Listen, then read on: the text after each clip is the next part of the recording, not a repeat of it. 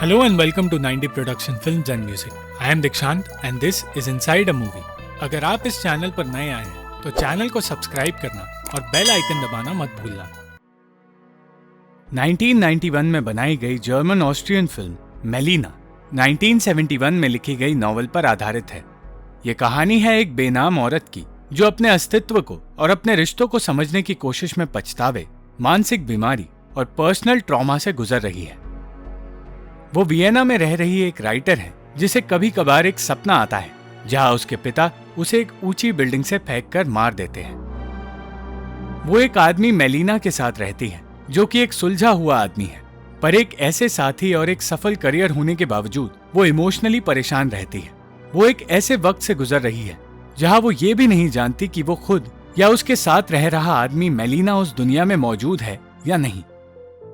एक दिन उसे एक फूलों की दुकान पर इवान नाम का एक आदमी दिखा और वो हर जगह उसका पीछा करने लगी। उसे लगने लगा कि इवान के साथ रहकर वो अपने आप को जिंदा समझेगी, इसलिए उसने इवान के साथ एक अफेयर शुरू किया। इवान उस अफेयर से खुश तो था, पर वो उसे उतना सीरियसली नहीं ले रहा था जितना वो औरत ले रही थी। एक तरफ जहां वो इवान से ऑब्सेस्ड थी तो दूसरी तरफ इवान उसके पास तभी आता जब उसे कोई जरूरत होती।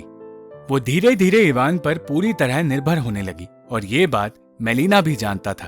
उसे लगने लगा था कि वो इवान के बिना कुछ नहीं कर सकती। वो इवान में एक ऐसे आदमी को ढूंढ रही थी जो उसके दिल की बातों को समझे। इतना ही नहीं, वो अपनी सपनों की दुनिया में खोई रहती थी। जब इवान के बच्चों के साथ वो एक फिल्म देखने गई तो उस एनिमेटेड फिल्म के किरदारों में भी वो अपने आप को, इवान को और अपने डरावने पिता को देखने लगी। उसे शराब और सिगरेट्स की बुरी लत लग गई थी और मेलिना उसकी इस आदत को छुड़वाने की कोशिश करने लगा। मेलिना उस वक्त उसके पास आता है जिस वक्त वो अपने आप को चोट पहुंचाने की कोशिश करती है, और ऐसा इसलिए है क्योंकि मेलिना एक असल इंसान नहीं, उस औरत की सोच का हिस्सा है जो उसे अपनी जान लेने से और अपना मानसिक संतुलन खोने से रोकता है। इसीलिए वो जब भी उससे बात करता है तो बिल्कुल भी प्यार से नहीं करता। इवान को समझ आ गया था कि वो औरत खुश नहीं और वो हर वक्त अपने आप को अपने ऑफिस में बंद करके रखती है। ना तो वो किसी से बात करती है और ना ही किसी से मिलती है। इसीलिए इवान ने उसे कुछ दिनों के लिए वियना से बाहर जाने के लिए कहा। वो ऐसा नहीं करना चाहती थी, पर इवान और मेलिना के कहने पर उसने अपने शहर से बाहर जाने का फैसला किया और अपनी दोस्त के घर रहने चली गई। वहां पहुंचने पर उसे इवान की भेजी चिट्ठी मिली, जिसे देखकर वो खुश हुई और खुशी खुशी खाने के बुलावे पर चली गई। पर जब उसने देखा कि उस घर में बहुत सारे मर्द हैं, तो वो वहां से भागकर अपने कमरे में आ गई। वो फिर से परेशान होकर अजीबोगरीब चीजें करने लगी।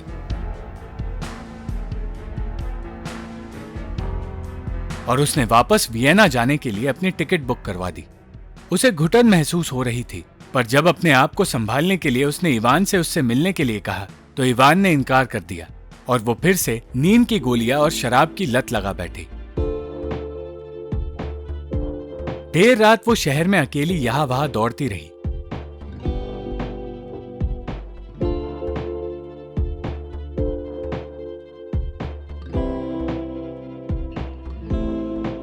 और इसी में घंटों बीत गए। वो अब अपने आप को संभाल नहीं पा रही थी। और तब वहां मेलिना आया।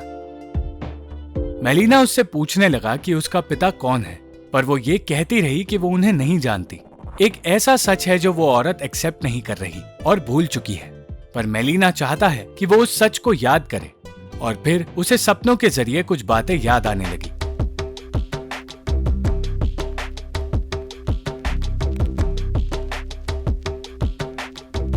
मेलिना उसे बार बार अपने एक्सीडेंट के बारे में याद दिलाने लगा, पर वो सच्चाई को याद करने के लिए तैयार नहीं थी। वो अपने अतीत के सच को इवान से छुपाकर रखना चाहती थी, पर अचानक वो इवान का नाम भी भूल गई।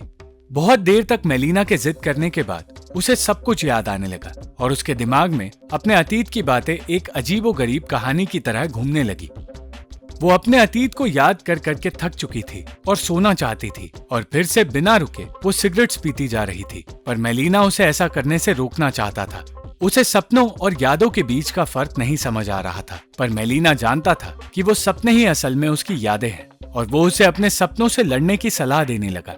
उन सपनों में जहां वो अपने पिता को पहचानती नहीं थी, मेलिना के कहने पर वो अपने पिता को पहचानने लगी, ताकि जो अजीब कहानियां उसके सपनों में बन रही है वो साफ साफ नजर आए और यादें उसे यादों की तरह ही दिखाई दे। मेलिना ने कहा कि जिन लोगों ने उसकी जिंदगी तबाह की है, उन सारे लोगों को एक ही इंसान के रूप में देखकर उसे उस इंसान को तबाह करना चाहिए और अपनी यादों से हमेशा के लिए मिटा देना चाहिए। और वो औरत वही करने लगी। अब वो अपने दिमाग पर खुद का कंट्रोल रखना चाहती थी और हिटलर के रूप में अपने पिता को देखकर भी वो उन्हें बताना चाहती थी कि वो कमजोर नहीं और उनसे डरती नहीं। ऐसा करने के बावजूद उसकी हालत बद से बदतर होती जा रही थी। 5 सालों में उसके लिए 10,000 चिट्ठियां आई थी, जिनमें से एक भी पढ़ने की हिम्मत वो जुटा नहीं पाई और उसने उन सारी चिट्ठियों को एक दिन जला दिया। मेलिना उसे अपने आप को तबाह करते हुए देख रहा था। वो उस घर में हमेशा के लिए बंद रहने की तैयारी कर रही थी। वो ना तो किसी से मिलना चाहती थी और ना ही उस घर से एक भी कदम बाहर रखना चाहती थी। वो अपना मानसिक संतुलन पूरी तरह खो बैठी थी। और ये बात इवान भी जान चुका था। उस औरत के पास अपनी फीलिंग्स और अपनी यादों को बताने के लिए शब्द नहीं थे, और जब उस आदमी को भी उसके हालात समझ नहीं आए, जिस आदमी को वो अपनी खुशी मानती थी और जिस आदमी की मदद से वो ठीक होने की उम्मीद रख रही थी, तो उस औरत को लगने लगा कि वो सचमुच मर चुकी है और वो इवान के घर से चली गई। उसे अब भी यही लग रहा था कि इवान ही उसे जिंदा रख सकता है, पर उसकी दुनिया खत्म होती जा रही थी क्योंकि वो अंदर से मरती जा रही थी। वो अपनी जिंदगी अब इसी तरीके से और जी नहीं सकती थी। पर मेलिना का कहना था कि जैसी जिंदगी वो दोनों सालों से एक दूसरे के साथ रहकर बिता रहे हैं, वैसी जिंदगी वो आगे भी बिता सकते हैं। पर उस औरत के लिए अब ये करना मुश्किल है।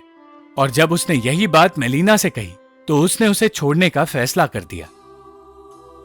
मेलिना उस औरत की वो रचना थी जिसे उसने तब पैदा किया था जब वो अपनी फीलिंग्स को शब्द नहीं दे पा रही थी और जब वो अपनी सच्चाई का सामना नहीं कर पा रही थी।